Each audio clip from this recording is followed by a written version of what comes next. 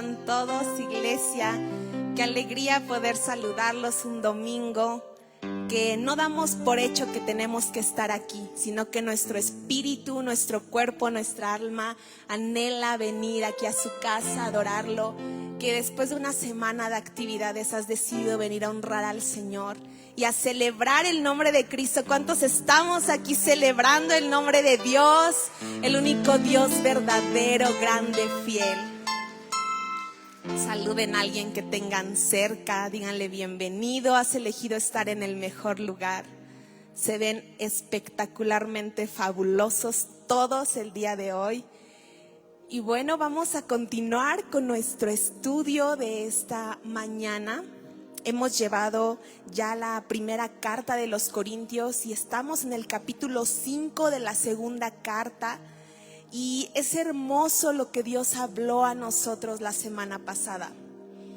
Aprendíamos acerca de que Pablo consolaba a la iglesia que estaba entregada al ministerio del Señor Jesucristo, porque recordemos que la iglesia de Corinto era una iglesia que estaba plantada en un lugar donde había pecado, donde había inmoralidad.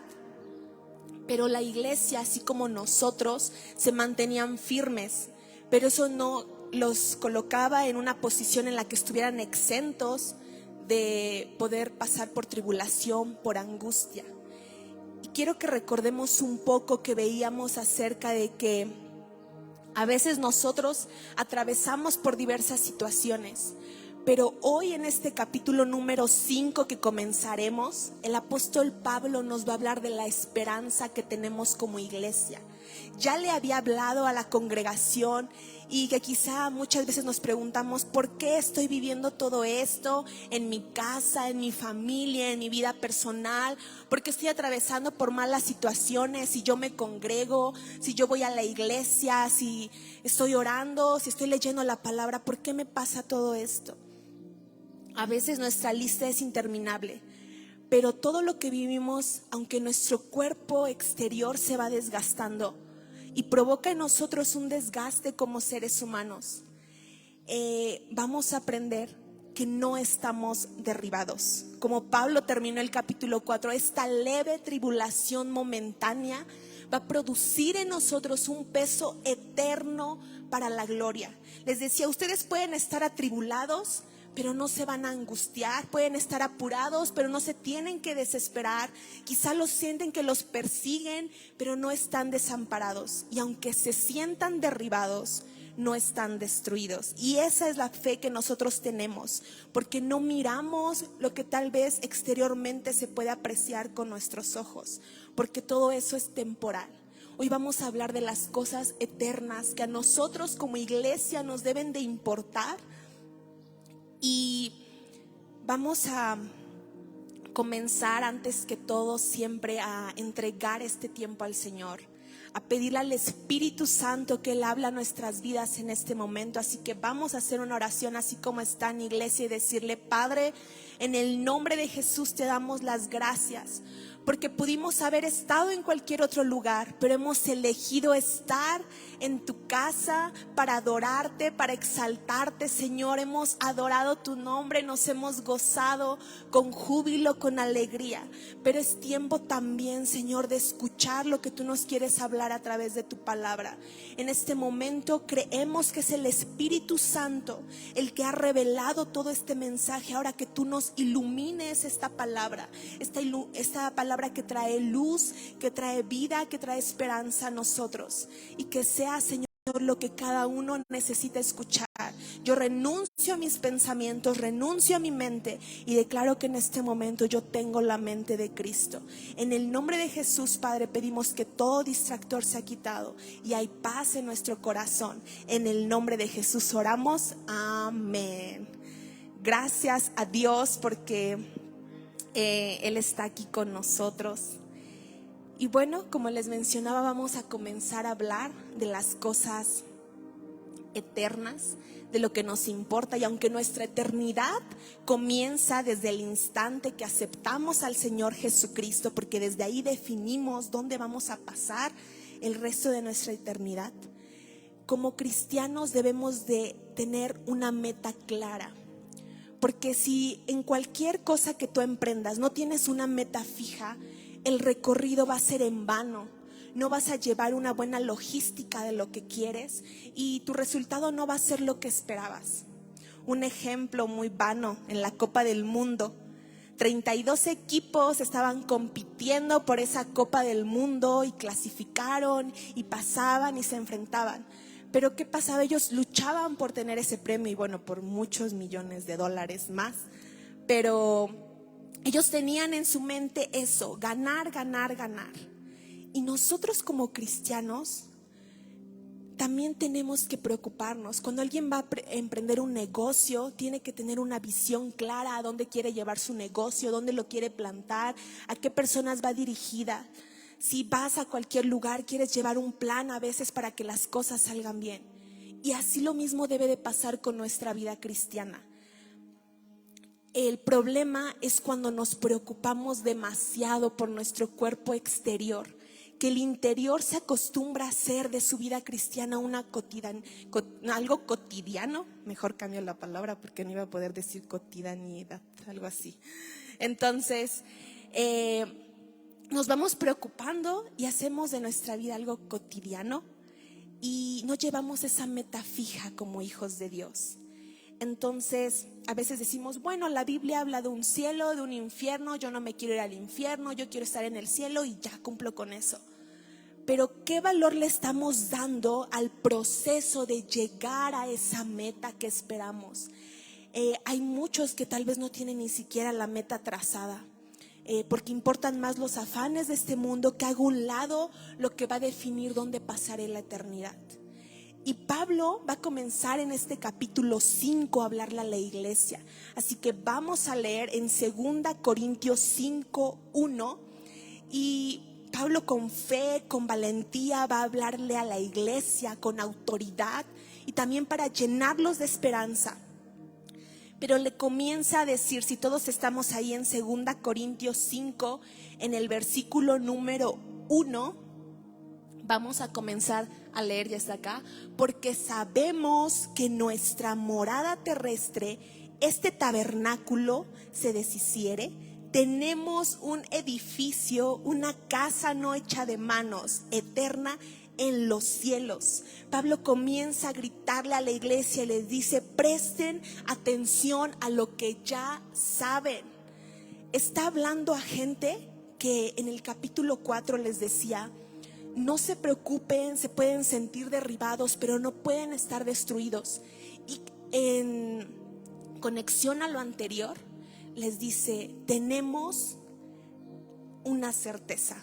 No les habla de una expectativa, de tal vez esperamos o puede ser. No, les dice, sabemos que si nuestra morada terrestre se expresa con la misma seguridad, como si ya hubiera experimentado eso Pablo, como si no hubiera estado aquí presente. Les dice, todos ustedes ya saben que si esta morada, este tabernáculo, ¿qué quiere decir esta palabra tabernáculo?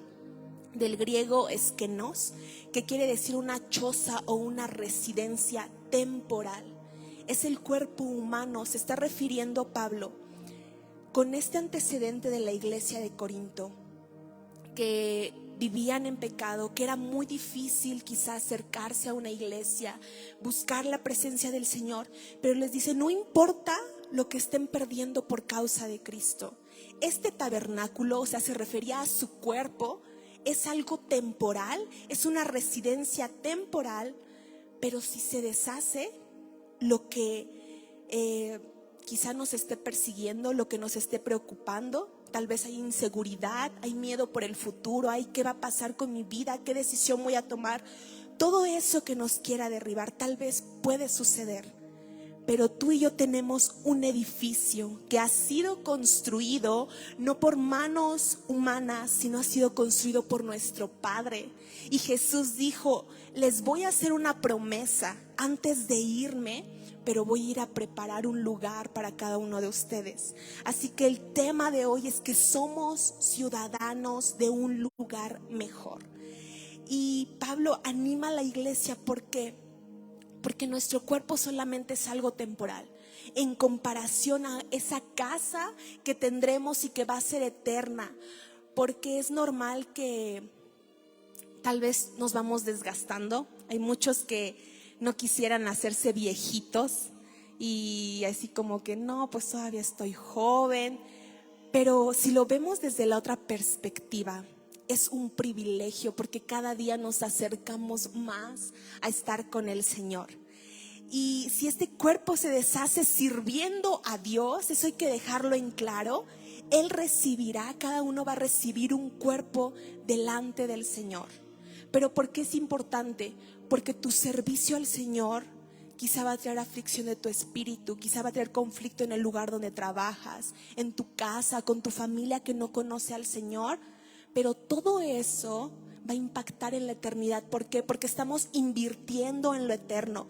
Y Pablo les dice, no se preocupen, porque si este tabernáculo, este cuerpo aquí en esta tierra se deshace, vamos a tener no una residencia temporal, vamos a tener un edificio que es permanente, que es eterno y que está en los cielos.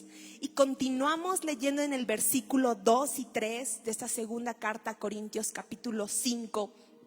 Y por esto también gemimos, deseando ser revestidos de aquella nuestra habitación celestial, pues así seremos hallados vestidos y no desnudos. Parece que Pablo se contradice y aquí menciona, también gemimos. Esta palabra gemir quiere decir que estaba angustiado. Pero si atrás dijo que no estaba angustiado, entonces, ¿qué es lo que realmente le preocupaba al apóstol Pablo?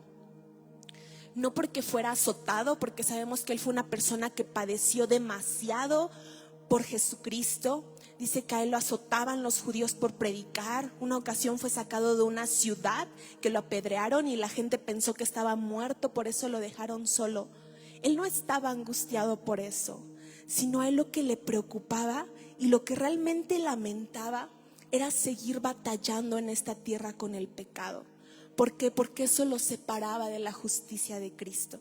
Y él mismo lo expresó en Romanos capítulo 7. Vamos a buscar esta cita. Romanos capítulo 7, en el versículo número 15, cuando Pablo va a comenzar a hablar acerca de sus debilidades como ser humano, porque él no estuvo exento de nada. No porque era un apóstol del Señor Jesús y porque Jesús se le apareció quiere decir que ella se iba a librar de toda la tentación. Pablo expresó en Romanos 7:15, porque lo que hago no lo entiendo, pues no hago lo que quiero, sino lo que aborrezco, eso hago. Versículo 21, así que queriendo yo hacer el bien, hallo esta ley, que el mal está en mí. Porque según el hombre interior me deleito en la ley de Dios, pero veo otra ley en mis miembros que se rebela en contra de la ley de mi mente y que me lleva cautivo a la ley del pecado que está en mis miembros. Versículo 24, miserable de mí, ¿quién me librará de este cuerpo de muerte? Aquí Pablo estaba angustiado porque decía, yo quiero hacer el bien. Y a veces uno dice, no me quiero enojar, quiero estar tranquilo, pero hay otra ley en nuestros miembros que a veces se opone a la ley de Dios. O quieres hacerlo mejor con tus hijos, con tu esposo, con tu familia, y hay incluso otra ley en tus miembros, algún pecado que dice, Señor, ayúdame a vencer esto. Pero mientras estemos en esta tierra todavía tenemos a lo mejor esa tentación para poder caer en el pecado. ¿Y qué decía Pablo? Yo de verdad quiero hacer el bien, pero no puedo. Y me lleva cautiva mi mente a la ley del pecado. Y por eso él mismo se habla y dice, miserable de mí, ¿cómo puedo ser librado de este cuerpo de muerte? Aquí la justicia de Cristo Jesús sabemos que se nos ha adjudicado a nosotros. ¿Y qué es esa justicia? Es que tenemos una esperanza en Cristo. Él murió, pero ahora toda nuestra culpa de nuestro pecado se le fue adjudicada al Señor Jesús y nos declaró a nosotros como inocentes. Ese pecado, Él no murió solamente por pecados presentes, sino incluso por los futuros. Solamente siempre tenemos que ir a los pies de Cristo, aunque sea lo más mínimo, decirle: Señor, perdóname, entrego esto y me adjudico tu justicia que tú ganaste con la cruz. Porque cuando nosotros lo hacemos por nuestras fuerzas, intentar dejar el pecado, no lo podemos hacer. Pero vamos a la fuente que es Cristo Jesús, y Él nos va a ayudar por medio de su Espíritu Santo para que seamos transformados todos los días. Y por eso Pablo les dice: ahora vamos a ser hallados vestidos y no desnudos. ¿A qué se refiere? Que habrá una resurrección un día de justos y de injustos. El apóstol Juan lo mencionó en su libro cuando dice que hay una vida eterna y que no vamos a venir a condenación porque hemos pasado de una muerte ahora a la vida en Cristo Jesús.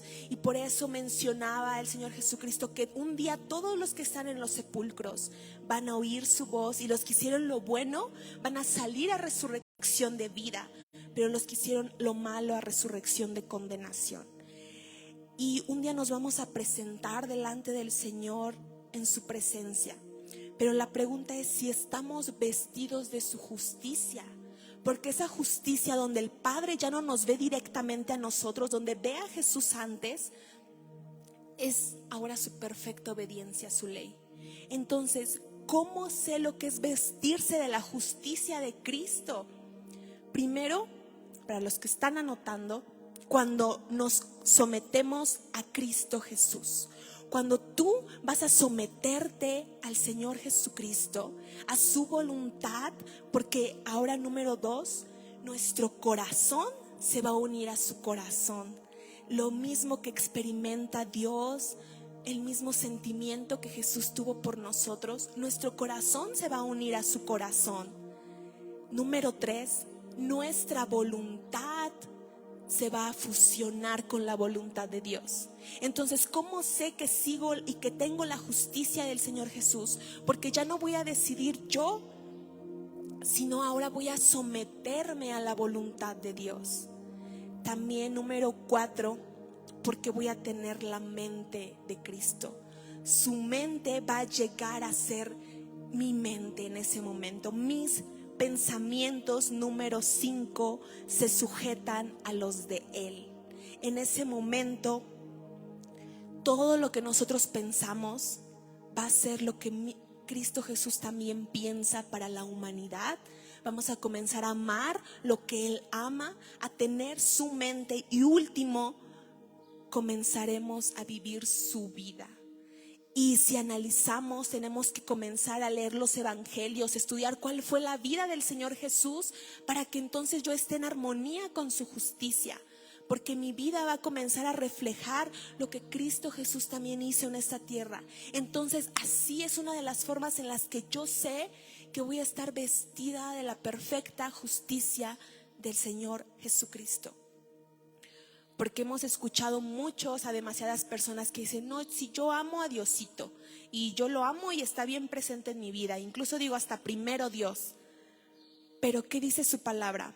Si me aman, tienen que guardar mis mandamientos. Entonces no basta con decir yo lo amo, tenemos que creer en el sacrificio de nuestro Señor Jesucristo, ser obedientes a su palabra y todos los días crucificar nuestra carne.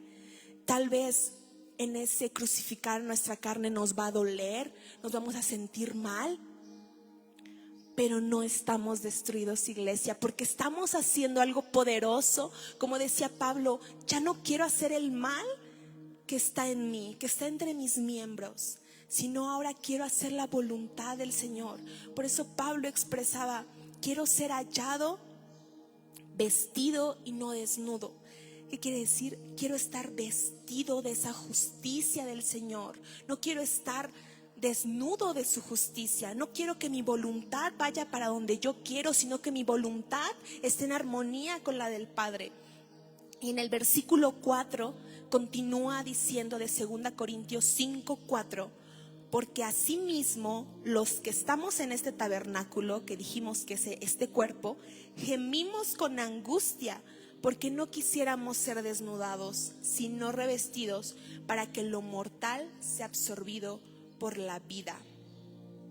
Aquí no es esto que dice Pablo, no quiero ser desnudado. Vimos que revestido es vestirse de la justicia, desnudado es estar sin la justicia del Señor. Aquí no quiere decir que ya no quiero tener esta naturaleza de una forma en que no quiero vivir, eso es claro que no, sino se refiere a que ya no quiere pecar.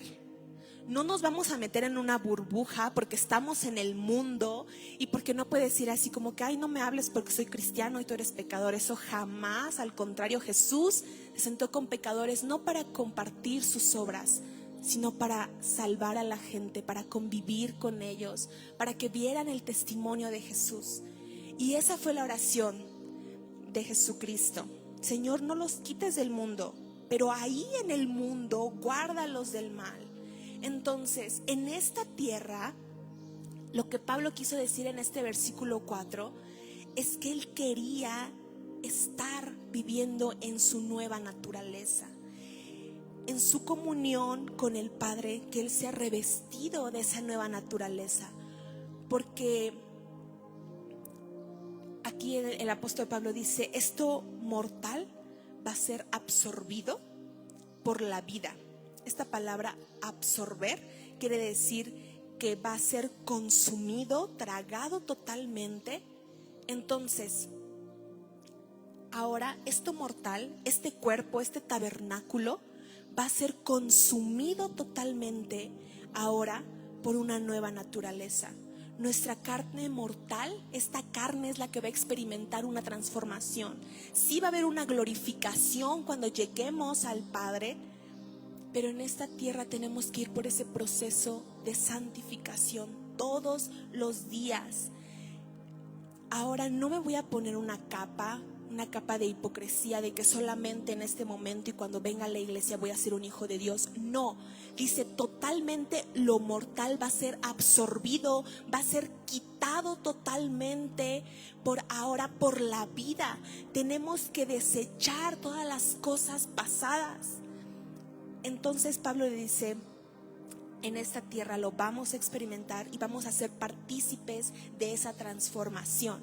Versículo 5, mas el que nos hizo para esto mismo es Dios, quien nos ha dado las arras del Espíritu.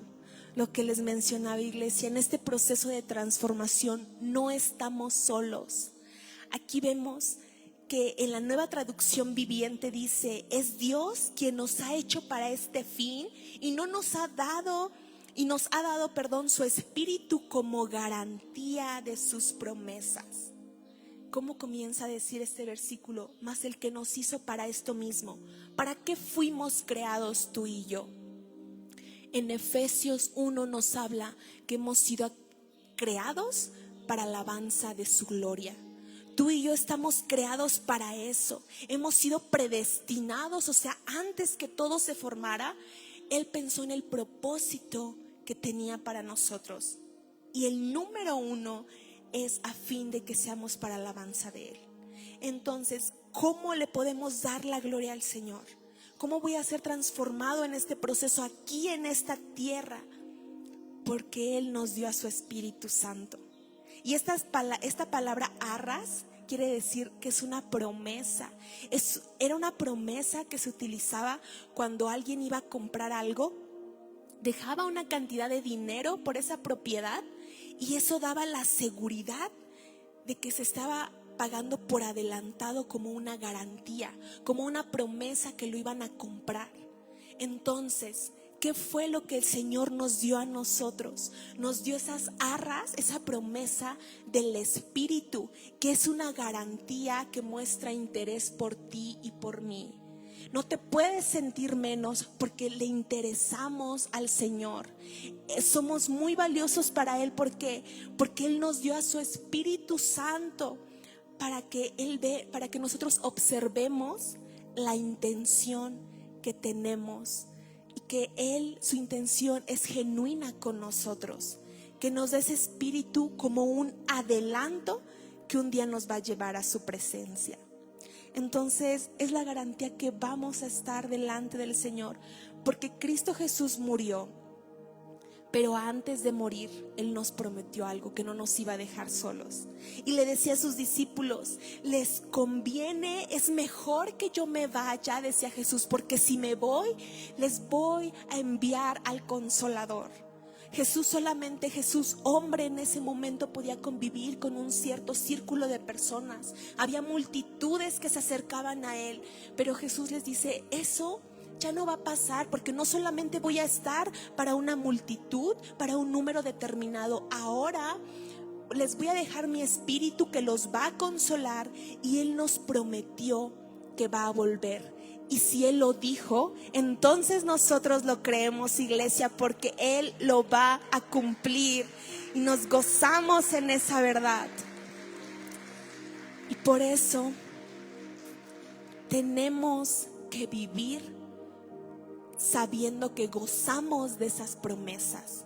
Tu meta, tu transcurso en esta vida como cristiano debe de ser conociendo esta promesa que tienes, esta garantía que el Señor nos dejó, que somos sus hijos. A veces como cristianos estamos ansiosos, estamos preocupados, afligidos. Es que ya pasó esto, ya escuché esta noticia y ahora estoy preocupado. ¿Y ahora qué va a pasar con la economía y en mi trabajo y en la escuela y en todo lo que me quiere afligir? Y estamos viviendo como si no conociéramos las promesas, como si no tuviéramos estas promesas. Aquí el secreto es que somos pasajeros y no vamos a hacer de nuestra vida lo que sea, porque tenemos que ser exitosos, porque el Señor nos prometió planes de bien, de bendición, de prosperidad, que estemos en lugares de autoridad. Pero ese no es nuestro afán en este mundo. Somos ciudadanos de este mundo porque solamente es una residencia temporal que tú y yo tenemos. Y este mundo no le vamos a caer bien, porque no nos reconoce como de su propiedad. Ni nos vamos a sentir cómodos, porque si realmente te sientes cómodo con lo que el mundo está haciendo, entonces no somos cristianos, porque a un verdadero hijo de Dios le incomoda el pecado. Un ejemplo: si nosotros vamos a la casa de otra persona, nos tratan muy bien y es hermoso, pero si te quedas a dormir ahí, o extrañas tu almohada, o extrañas tu cobija, o estabas buscando otra cosa que en tu casa tienes y ahí no la tienen, y entonces ya no te sientes cómodo. Es lo mismo que pasa a nosotros aquí en la tierra. Tal vez hay cosas que sí nos divierten, nos llenan de felicidad, es hermoso convivir, pero habrá cosas que no nos hagan sentir cómodos. Entonces, como creyentes, debemos estar anhelando lo celestial todo el tiempo. Así que ser más felices porque estamos pensando en lo que nos espera y vivir todos los días con esa esperanza. Y no quejarnos por lo que Dios permite en nuestra vida, sino estar sometidos a su voluntad, fusionar nuestra mente con la mente de Cristo, su corazón con nuestro corazón. Por eso Pablo, que ya les habló y les dijo: ya les di esta promesa, ya les di esta garantía de que son mis hijos, que tienen al Espíritu Santo. Ahora en el versículo 6 les comienza a decir: así que vivimos confiados siempre. No les va a decir solamente 2 días, solamente el sábado, solamente el viernes cuando ya vas a salir del trabajo. No, dice: vamos a vivir confiados siempre, y sabiendo que entre tanto que estamos en el cuerpo, estamos ausentes del Señor. Así que conecta todo lo anterior.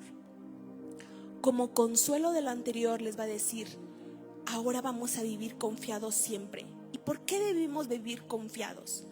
Porque ya nos dio esa promesa, ya nos dio su Espíritu Santo, esa garantía, ese consolador. El Espíritu Santo es el que nos ayuda, el que habla a nuestra alma, a nuestra mente, a nuestros pensamientos, el que ordena nuestra vida y nos asegura que la salvación es una garantía.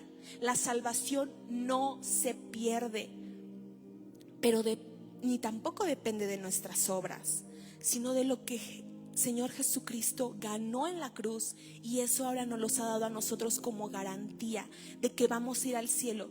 Ya somos hijos de Dios, ahora vivamos como unos verdaderos hijos de Dios. Y si lo has hecho todo este tiempo, gloria a Dios por tu vida, y que cada día tengamos más metas trazadas de compartir el evangelio. Un maestro nos decía: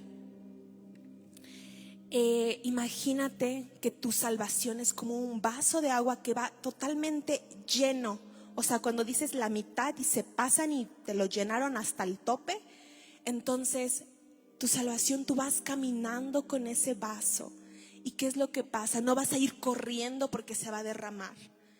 Así es nuestra salvación. Nosotros vamos caminando, no porque se va a perder, pero como si eso sucediera, cuidando que no caiga esa agua, protegiendo también lo que nosotros y lo que Dios quiere para nuestras vidas. Porque mientras estamos en esta tierra, estamos ausentes del Señor.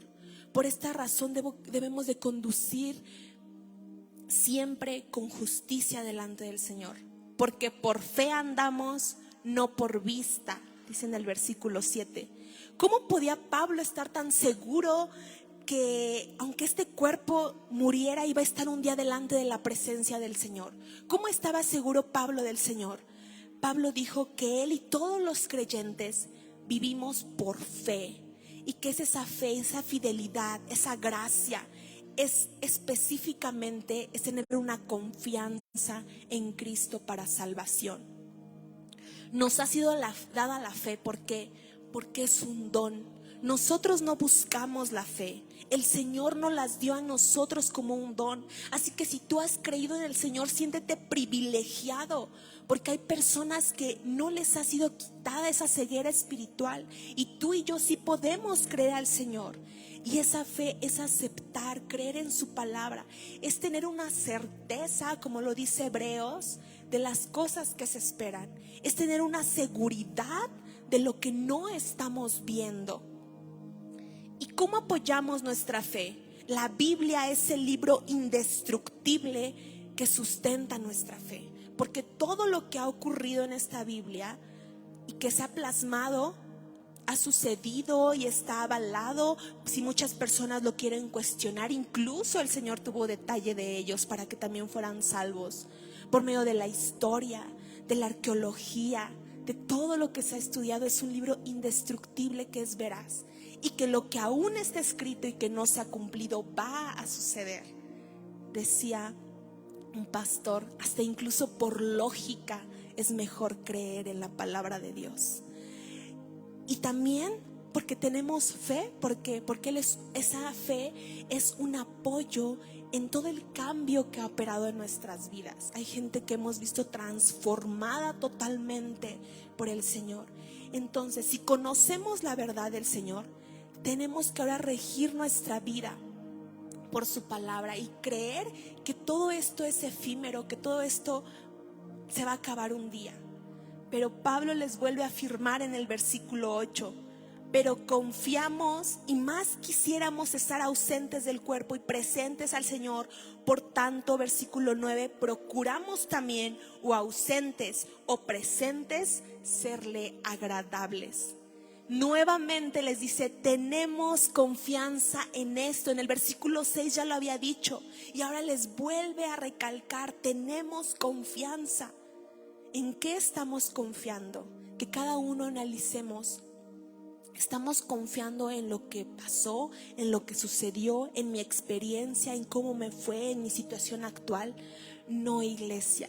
Debemos estar confiados que Cristo nos ha salvado, que Él nos justificó, nos tiene preparada una morada en los cielos, y que me ha dado su Espíritu Santo como una promesa. Eso es lo que nosotros confiamos, que vamos a ser transformados aquí en esta tierra.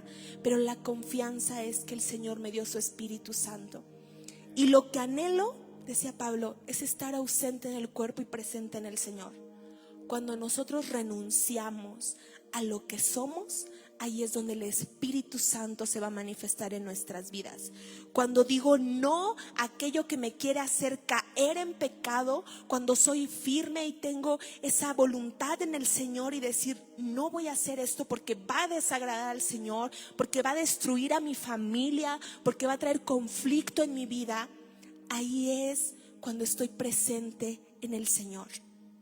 En Gálatas, Pablo les hablaba a los Gálatas y decía, con Cristo estoy juntamente crucificado. Ya no vivo yo, vive Cristo en mí. Y lo que vivo ahora en la carne, lo vivo en la fe del Hijo de Dios, el cual me amó y se entregó a sí mismo por él.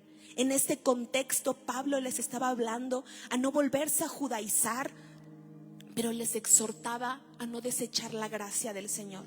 Nuestra justicia no viene por la ley, no viene por cumplir esos reglamentos que la ley exigía y que nadie los podía cumplir, sino porque Cristo Jesús murió por nosotros. Así que cuando Él murió en la cruz, también nosotros estamos muriendo. Y eso hacemos en la cena del Señor. Recordamos su sacrificio. Y en ese instante decimos: estoy juntamente crucificado al pecado, estoy crucificado a lo que me aleja del Señor.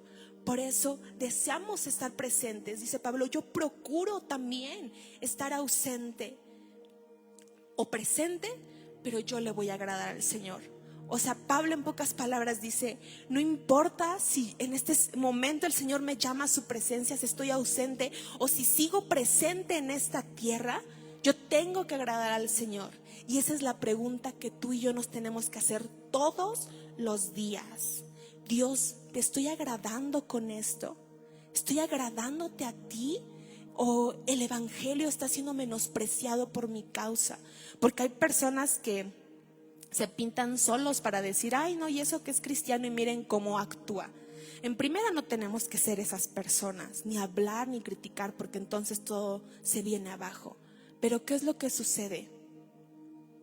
Que siempre tú pienses en que mi testimonio va a salvar a la persona que va en el camión, que llegó a mi negocio, que lo vi en la oficina. Mi testimonio va a salvar a mi cliente, porque no por mí, sino porque va a ver a mí en Cristo Jesús. Y qué privilegio hermoso, de verdad, que llevemos a más personas. Y entonces comenzamos a decir: Dios, te estoy agradando. Y en ese momento recuerda que nos vamos a someter y vamos a ser revestidos de su justicia. ¿Por qué? Porque nos vamos a someter a Cristo. Su corazón se va a unir con nuestro corazón, su voluntad se va a unir a nuestra voluntad, su mente va a ser nuestra mente, sus pensamientos van a ser nuestros pensamientos, y comenzaremos a vivir su vida. Ahora Dios nos va a ver a través de su justicia. Y serle agradables, tener ese anhelo de servir al Señor. No solamente pensar en: pues yo voy a servir en algo grande, o quizá yo no estoy sirviendo al Señor de una forma en grande, o a mí ni siquiera me ven. Recuerda que todo lo que hacemos es solamente para la audiencia de uno, que es el Padre, el Hijo y el Espíritu Santo de Dios. Todo lo que hagas en cualquier lugar, en la iglesia, en donde tú te desarrollas, es para la audiencia del Padre, del Hijo y del Espíritu Santo de Dios. Así que nunca perder nuestra motivación, nunca perder la motivación por la que estás haciendo las cosas, ni por las que estamos sirviendo al Señor, sino que debemos de ser un siervo fiel a Dios, que algún día me tendré que presentar delante de su presencia y rendirle cuentas por mi servicio. Esa es mi mentalidad todos los días. Entonces, para terminar, vamos a leer el versículo 10 con fe, esta esperanza preciosa que tenemos, y dice: porque es necesario que todos nosotros comparezcamos ante el tribunal de Cristo, para que cada uno reciba según lo que haya hecho mientras estaba en el cuerpo, sea bueno o malo. Comenzamos este mensaje diciendo que nuestra ciudadanía es en un lugar mejor. Un día tú y yo vamos a comparecer. ¿Qué quiere decir comparecer? Vamos a estar enfrente de Cristo Jesús. Imagínate ese momento glorioso que va a valer absolutamente todo en esta vida, delante de ese tribunal. El tribunal antes en la iglesia de Corinto eran como unas gradas donde había jueces que señalaban y que acusaban a las personas. Pero a diferencia de ese tribunal, tú y yo vamos a estar, pero en el tribunal de Cristo Jesús. ¿Y qué quiere decir? Pablo les dice a los corintios: les cuento un secreto, iglesia de Corinto, y lo mismo es para nosotros. En 1 Corintios 15, después lo pueden leer en el versículo 51, les dice: este es un misterio que si llegaron hasta aquí lo van a descubrir. no todos dormiremos, pero todos vamos a ser transformados. En un momento, en un abrir y cerrar de ojos, a la final trompeta, porque se tocará la trompeta y los muertos serán resucitados incorruptibles y nosotros seremos transformados.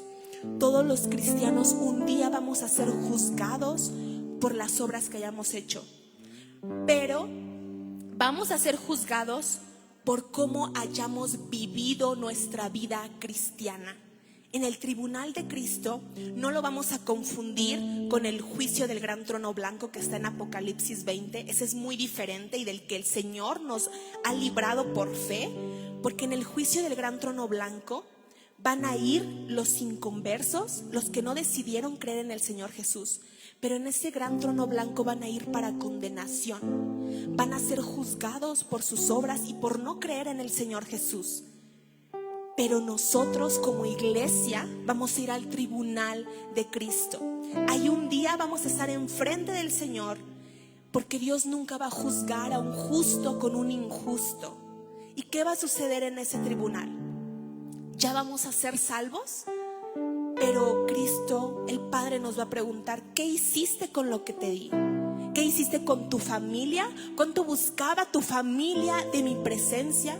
¿Cuánto servían al Señor? Ya eres salvo, ya vas a estar en su presencia. Pero el Señor nos va a recordar el servicio que hicimos para Él en su casa, en nuestra vida cristiana. Nos va a preguntar por las oportunidades que nos dio. Nos va a preguntar por nuestras responsabilidades.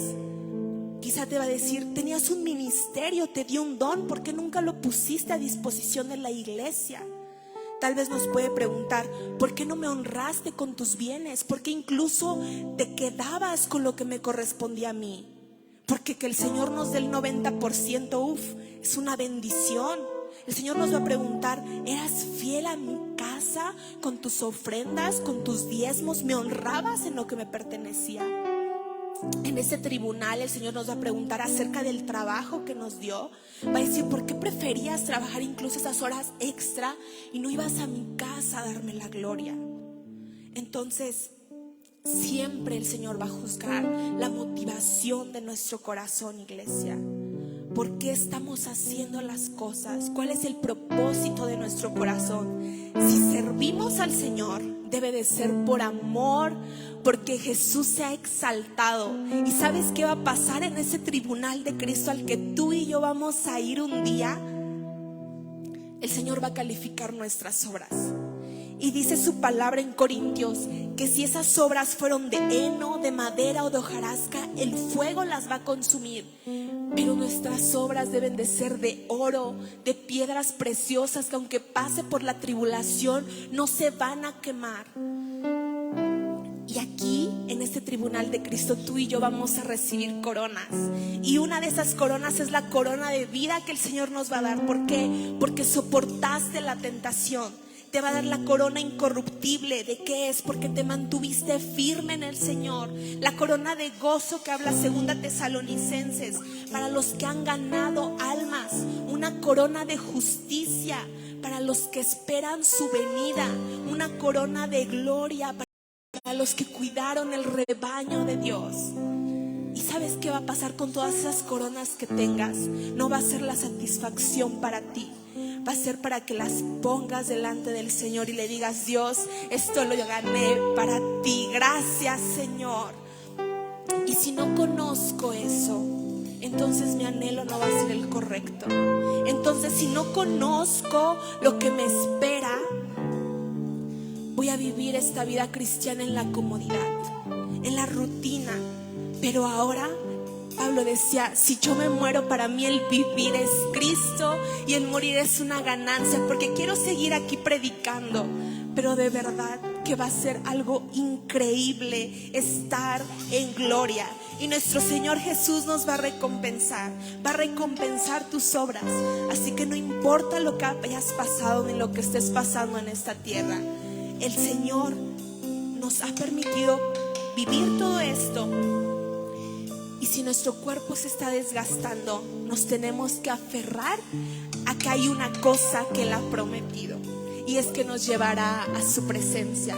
Lo dijo Pablo: Maranata, el Señor viene, iglesia. Así que vamos a levantarnos en este momento. Vamos a darle la gloria al Rey verdadero, aquel que nos ha rescatado. Así que vamos a adorarle con todo nuestro corazón, porque estamos delante de la presencia del Señor, porque Él anhela llevarnos a su presencia. Gracias, Señor. Te adoramos, Rey bueno y verdadero eres tú, Dios. Gracias, Señor. Oh, Rey. Te adoramos, Jesús. Gracias, Padre.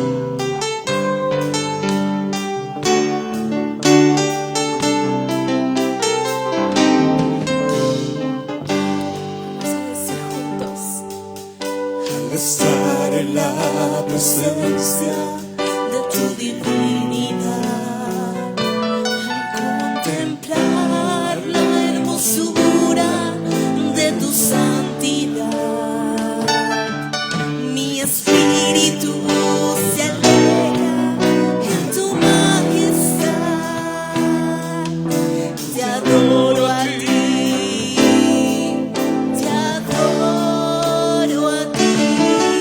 cuando veo la grandeza Dulce amor, y compruebo la pureza de tu corazón. Mi espíritu se alegra en tu majestad. Te adoro a ti, adora al Señor, iglesia. Te adoro a ti al al estar aquí delante de ti. Te adoraré, Postrado ante ti mi corazón te adora, oh Dios, y siempre quiero estar para adorar y contemplar tu santidad. Te adoro a ti, Señor, te adoro a ti. y al estar aquí delante de ti te adoraré. Señor, Postrado ante ti mi corazón te adora, oh dile, Dios. siempre quiero estar Siempre quiero estar para adorar y contemplar tu santidad. Te adoro a ti, Señor, te adoro a ti. Vamos a orar en este momento. Vamos a decirle: Padre, en el nombre de Cristo Jesús, te damos las gracias, Señor, por todo lo que tú nos has dado. Pero Padre, hoy te pedimos perdón si hemos vivido nuestra vida cristiana como una comodidad. Si quizá ya te he conocido de años y vivo como si no lo hubiera hecho jamás. Perdóname, Señor, por no ir al límite, por no explotar las habilidades, los dones que me has dado, por no demostrar que soy un hijo de Dios. Perdóname, Señor. Pero si no te había conocido, hoy decido reconocer. Si no habías conocido al Señor Jesús, hoy haz esta oración y dile: Padre, en el nombre de Jesús, te pido perdón por mis pecados. Reconozco que soy un pecador y que te necesito, y que Cristo Jesús tiene una esperanza en gloria para mí. Esa es nuestra esperanza, Señor. Ayúdanos a vivir con fe en esta tierra. Ayúdanos a vivir con autoridad, conociendo tus promesas, honrarte, saber que tenemos una ciudadanía mejor, nos llena de gozo, porque tenemos a tu Espíritu Santo como una garantía que tú vas a volver por nosotros. Y en ese tribunal de Cristo queremos verte, queremos recibir esa corona de gloria, de justicia, de gozo, y ponerla a tus pies, Señor. Gracias por este momento, gracias por hacernos libres. Quita toda ansiedad, todo todo afán de tu iglesia, Jesús. Quita toda preocupación, todo miedo al futuro. Hoy se rompe en el nombre de Jesús todo miedo, toda deuda, toda preocupación por la renta, por el trabajo, por la economía. Hoy se quita en el nombre de Cristo Jesús, Padre, y declaramos que somos victoriosos y que tenemos una esperanza en gloria, que es verte cara a cara, Señor Jesús, y que la gente pueda ver en nosotros a Jesucristo. Te damos las gracias, Padre, en el nombre que es sobre todo nombre. Oramos en el nombre de Cristo Jesús. Amén. Le damos la gloria al Señor, iglesia. Amén. Dios es bueno, Dios es fiel, y Él ha prometido el reino de los cielos para su iglesia, y sabemos que Él así cumplirá su promesa en nosotros. Hermanos, también otra invitación para el domingo 12 de febrero en nuestro primer servicio, si Dios permite, ya está confirmado. Uno de nuestros maestros del instituto va a estar aquí también compartiendo la palabra en el primer servicio, para que también escuchemos la palabra de Dios. El profesor Ramón Vázquez va a estar aquí con nosotros domingo 12 de febrero a las 11:30. Dios les bendiga, hermanos. Dios les lleve con bien.